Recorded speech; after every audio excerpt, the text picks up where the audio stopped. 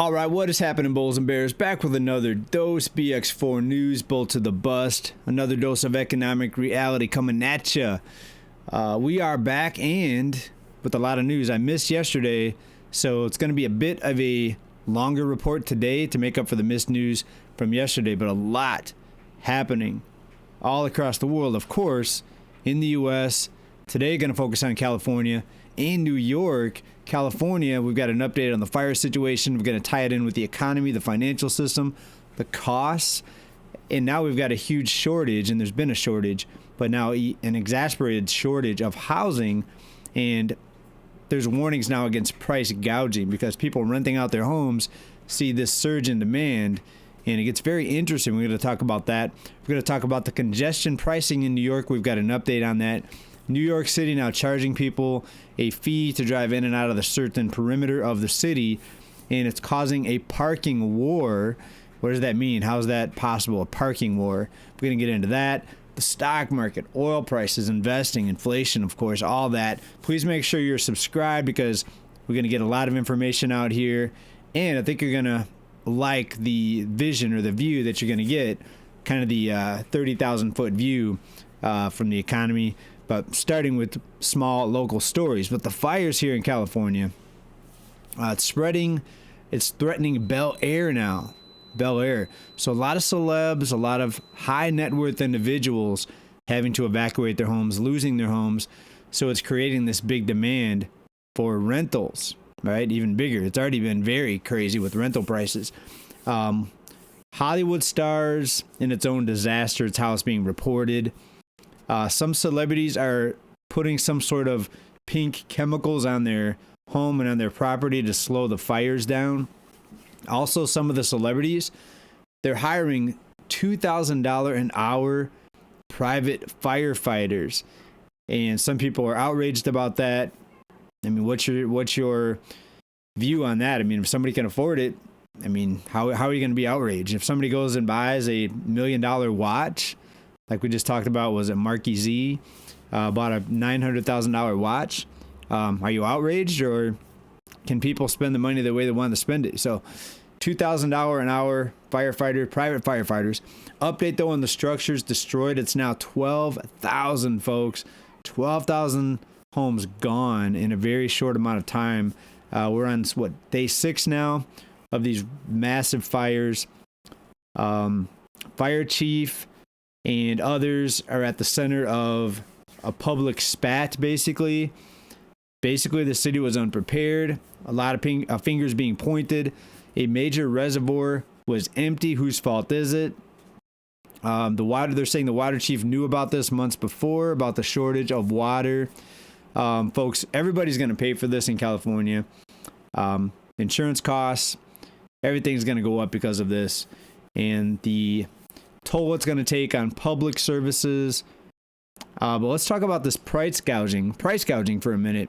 The Post has reported on this and others about landlords are being warned not to price gouge. And as you'll see here, even Fortune is talking about this. The wildfire evacuees face obscene price gouging as landlord lists house for $17,000 a month, then demands $30,000. Interesting, right? So on the surface, you may look at this and you say, yeah, they shouldn't be allowed to do this. This is outrageous. It's obscene. But think about this. You're renting out a house. Let's say you're asking, just bring it down a little bit. Bring it down to reality. Let's say you're asking $3,000. A disaster happens. Now you've got literally 50 to 100 people trying to rent your house because 12,000 homes just got destroyed. Maybe more. I'm just picking these numbers out because these seem logical.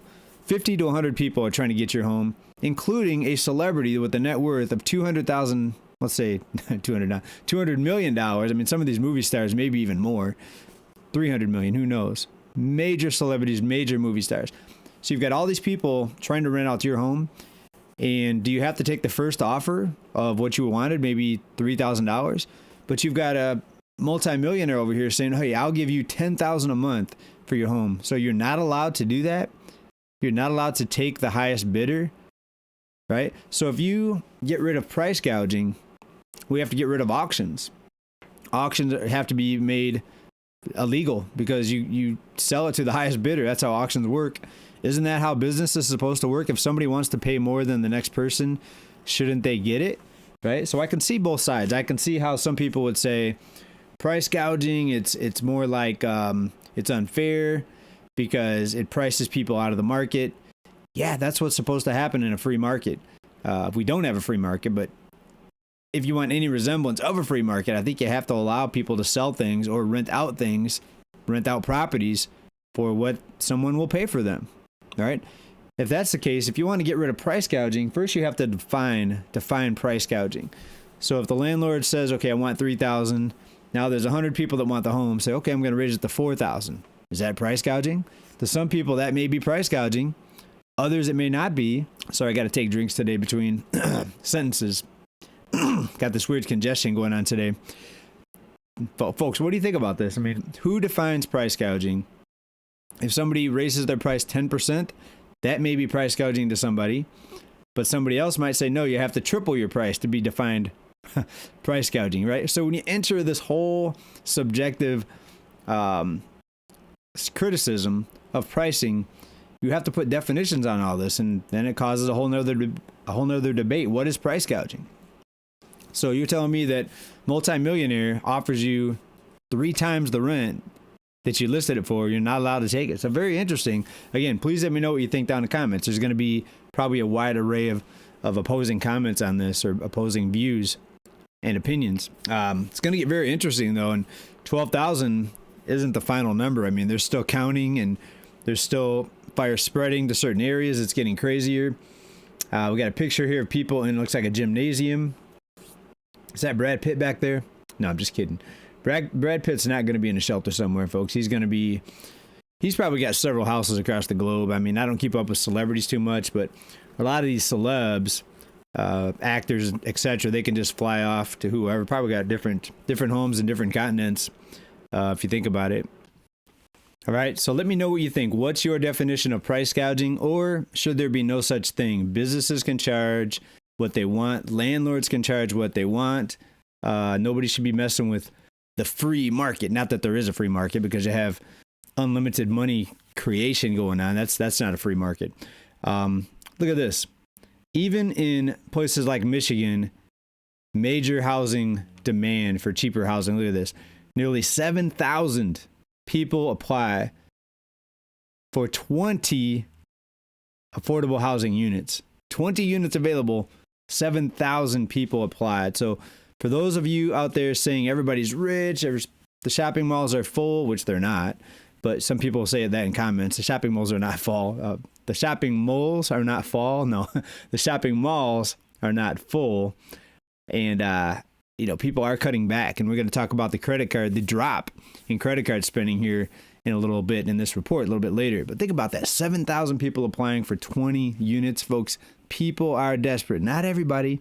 You're still going to have people out there at the sporting events, buying things off Amazon, mostly based on debt. And not everybody's. I mean, you got the top 30%. Maybe they're paying cash for things, right? Buying cars for cash. There's still that group out there. There's still the celebrities. There's still the top 10, 20, 30%.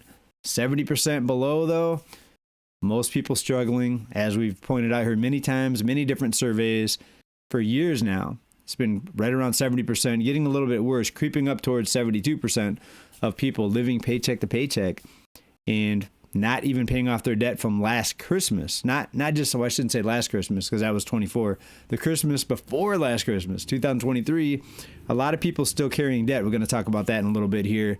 But don't be fooled, folks. People are struggling. They may not tell you. They may not show it. They may be driving a nice car financed with a nice 7% loan. It may look different on the surface, a lot different than it really is. They're saying $20 billion now is the impact of the wildfire losses here. But let's go out to New York, folks. The congestion pricing in New York, it's causing more problems than it's fixing. That's what I think here. Let me get into this article for you. Now, what's happening in New York with congestion pricing? Most of you know they're charging people to drive into a certain part of the city. Big trucks have to charge or get charged a lot more. Motorcycles, a lot less. But people are avoiding this. The average is $9 for a typical vehicle. people are avoiding now driving into the city, so therefore parking on the outside perimeter of where you have to pay the toll, and that's created big problems in those areas that right on the perimeter of before you enter the zone where you have to pay. New York City congestion pricing turns Upper Manhattan into parking war zone. So folks, I told you at the beginning, even before this whole parking situation came out, I said this is going to probably cause more problems. And we showed the videos of people trying to cover up their license plate or put a piece of tape over one of the numbers on their license plate so they wouldn't get charged the $9. And imagine if you have to go in and out of the city. How confusing would that be if you're maybe a delivery driver, taxi driver, you're in and out of the zone? Are you going to get charged each time, or is it just once a day? And who's going to keep track of that? Who's going to keep track of, oh, this license plate got scanned 5 times in the same day, we're only going to charge them once? Who sorts that out? Is it going to be AI? And if it is AI, what if AI makes a mistake and you get a bill in the mail for, who knows, $500 because you drove in and out of the perimeter as a delivery driver? Folks, this is going to be just, I think, a huge nightmare. Huge headache is an understatement. I mean, what do you think about this? So now we have this parking war.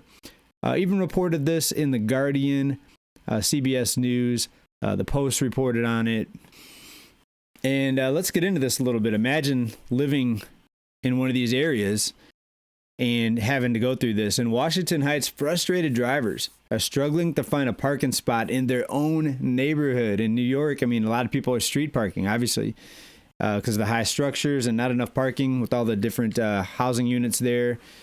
And you may sometimes, and I experienced this in LA when I lived in an apartment up there, you have to sometimes park a block or two away from your residence, and sometimes you're worried about your car getting broken into. But now these people can't even find parking nearby because of the perimeter war, basically parking war. Imagine you live somewhere and you're hauling groceries, who knows, 3, 4, 5, 6 blocks to your house down the sidewalk, folks. It's crazy. So residents, especially in this area right outside the zone, are not liking it, having a very hard time. And that's just the tip of the iceberg. I mean, there's going to be so many problems with the license plate scanning and people in and out of the zone, stuff like that. What a nightmare. What a nightmare. But the cities, that's where most of the jobs are at. So a lot of these people are forced to live in these areas. I'm sure if you ask people, if you had the same job somewhere out of New York City, I'm sure a lot of them would say, yeah, let me move out of the city. And we did see quite a lot of that back during the time of the health crisis. People moved out of the city or from their work location. Then we saw companies call people back, and some people didn't want to come back. They liked the remote work situation. They even bought houses out of state in some cases and then had to sell and move back to the city. So first we saw home prices go up drastically. They started dropping somewhat. Remember that? Maybe starting 2 years ago in some of the big cities. Then they started going up again as people started moving back. Very interesting times that we're living in, folks. Still feeling the volatility, though, of the health crisis. And things are getting more insane instead of less insane. That's the way it looks to me. All right. And now you add on the natural disasters on top of this, the fires, the destruction, more rising rents, price wars with rents in California, here in LA. Bidding wars, war zone for parking in New York City. And people often call me, I mean, not often, 1 or 2 people, maybe every video, you're doom and gloom, you're negative. Folks, I'm just telling you that I think things are going to get worse. And it looks like it is. Imagine living in New York right now. And of course, not everybody lives in New York. What's the population there? 10, 12 million. But if this spreads to other cities, and the cities are where most of the jobs are at, I think a lot of people that don't expect this type of complications or problems to affect them, you may be affected at some point. All right. On to some other news, folks. Oil hit a 3-month high as sanctions hit Russian exports. Folks, think about this. If sanctions are causing oil to spike or remain elevated, what's going to happen with tariffs? To me, I think the tariffs are going to be a very similar, or have a very similar effect as the sanctions, right?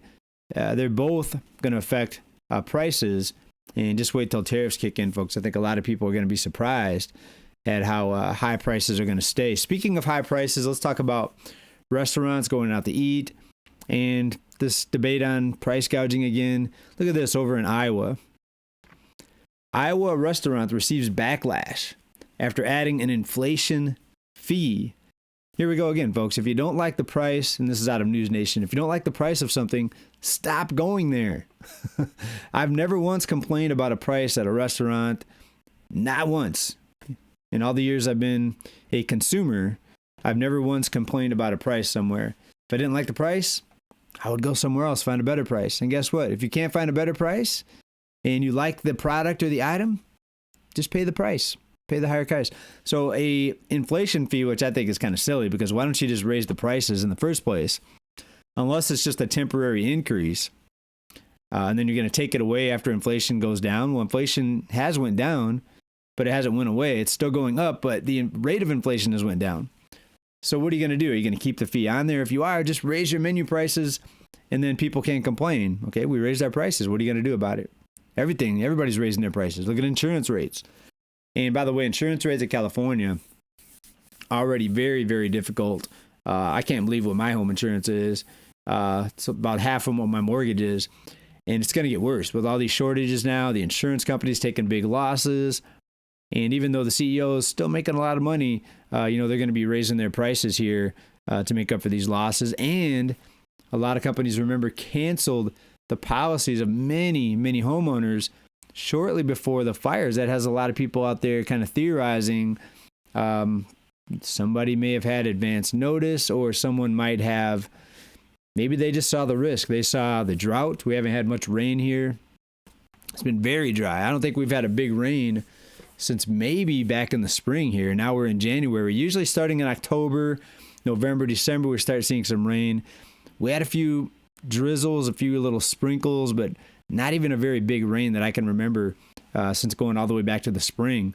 And then in February of last year, so February 2024, maybe it was January, we had the massive rains and the massive floods. So in California, what I've seen here is either drought or dramatic rain, right? Feast or famine type of thing. And I hope this rain doesn't hit all at once, because it's going to cause a lot of people to get flooded again, unfortunately. The flood losses last year, the fire losses this year, folks, California is going to be a financial nightmare to navigate. And I'm in California, and I've explained many times why I'm still here. It's family, taking care of an elderly parent. Also have a kind of a special needs kid who has to have certain types of schooling. Kids love their schools, their friends. It's not easy to just pick up and uproot, especially when you have an elderly person and they can't easily relocate. And so, folks, it's not as simple as it seems to get out of California, folks. That's why a lot of us are still here, including myself. Let's talk about another article here that kind of is a Captain Obvious article. Natural disasters are worsening America's affordability crisis. Yes, of course. No brainer, right? And it's going to continue. And I think inflation not only is going to remain sticky, I think it's going to re-accelerate. And we still have the central bank out there between a rock and a hard place. They want to cut rates because all the debt that people are carrying, the high mortgage rates, which cutting the funds rates really not helping mortgage rates, because that's more tied to the bond yield. And you've got investors out there worried about inflation, demanding higher yields. So that's keeping mortgage rates. Remember, it's based on the 10-year bond yield. Mortgage rates are still elevated. They're still over 7%. So the housing market's still staying in a sales slump, not a price slump, because all the demand and all the down payment assistance programs, but a sales slump because not enough inventory. And folks, it's going to get worse here. I think especially in California, but across the nation. I don't see it getting much easier with everything in place right now. If it's not sad enough, we've got people, losing their homes. Also, pets. Evicted tenant was just arrested for leaving dog at an apartment. All right, and this is a dog. Let me bring up the picture here out of Yahoo. How can you not love that face, right? So evicted people are leaving their pets because wherever they're going to, maybe it's a shelter, maybe it's a relative's house, maybe dogs aren't allowed, right? You move in with your sister across town, she has a 1-bedroom apartment on the 3rd floor, and now you try to bring a dog into the situation. That's going to be kind of a problem, especially when the dog starts using the living room carpet as a place to go potty, if you know what I mean. So it's sad, folks. Also, a lot of the animals from LA, they're having to ship down here to San Diego because the shelters are full up there, because all the people that had pets that had to evacuate. And some people lost their pets. They had to evacuate so quickly. Some of them couldn't get their pets. So it's pretty sad, folks, what's going on here. And I hope this type of thing would start decreasing, but with everything going on, I think it's going to be increasing, folks. So brace for it, invest wisely, prepare for the worst, pray for the best, right? Pray for the best, prepare for the worst. Maybe that's a new catchphrase we'll try to use here. If you believe in prayer, some people do, some people don't. I happen to believe it, and I think it helps. So hopefully everybody's good. I hope everyone's doing well at this time. Try to stay positive, glass half full. There's still a lot of good things we can be thankful for. Some things are falling apart, things are getting harder. But I think ultimately this is going to be a big wake-up call to a lot of people about how things are a lot harder than they need to be. I'll just leave it at that, because there's some people out there making decisions that are not in the best interest of you and me. And we'll get into that more in another report here. I think most of you know what I'm on to. Anyways, thanks for watching, everybody. Bolt to the bust. BX4 News. Thanks for watching. Big love. Bye for now. Keep stacking. Peace.